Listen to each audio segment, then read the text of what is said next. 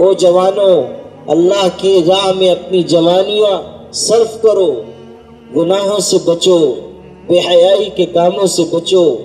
یاد رکھو، بے حیائی کا گھن جس قوم کو لگ جاتا ہے اسے کھا کر اندر سے کھوکھلا کر دیتا ہے۔ یہ جس راہ پر ہمارے جوان جا رہے ہیں، موبائل میں، فلموں میں، بے حیائی کے کاموں میں، ناجائز تعلقات میں، زناکاری میں اور لہو و لعب اور کھیل تماشوں میں، اس سے کبھی ہم عروج و اقبال کے نقشے نہیں پا سکتے، کبھی ہم ترقی نہیں کر سکتے، کبھی ہم آگے نہیں بڑھ سکتے۔ ہمیں ہر سطح پر بیدار ہونا ہوگا، ہر سطح پر ہمیں مضبوط ہونا ہوگا، ہر سطح پر ہمیں اللہ کے دین کی محنت کے لیے آگے بڑھنا ہوگا۔ جوانی کی بہترین طاقتیں، صلاحیتیں اللہ کے دین کے لیے لگائیے۔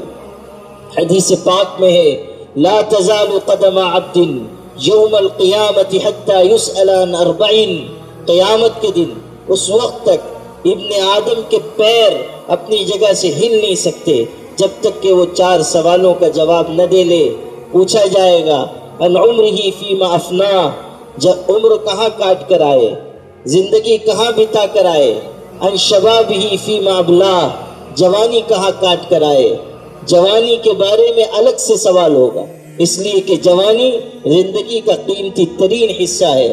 پوچھا جائے گا جوانی کہاں گزار کر آئے، عن مالہ من این اکتسبہ وفیما انفقہ، مال کے بارے میں 2 سوال ہوگا، مال کہاں سے کمایا، کہاں خرچ کیا، اگر حلال کمایا، حرام میں خرچ کیا تب بھی حساب، اور اگر حرام کمایا تب بھی حساب۔ اللہ تعالی حرام مال کھانے والوں کو قیامت کے دن جہنم کی آگ میں ڈالے گا۔ یاد رکھیے، حرام مال صرف فرد کو تباہ نہیں کرتا، نسل کو بھی تباہ کر دیتا ہے۔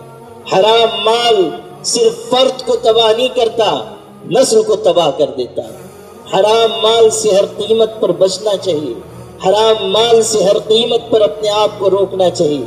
حلال لقمے کھائیے، اپنی اولاد کو حلال کھلائیے، تھوڑی سہولتیں اختیار کر لیجئے، زیادہ کے چکر میں نہ پڑیے، مگر حرام سے ہر قیمت پر بچیے۔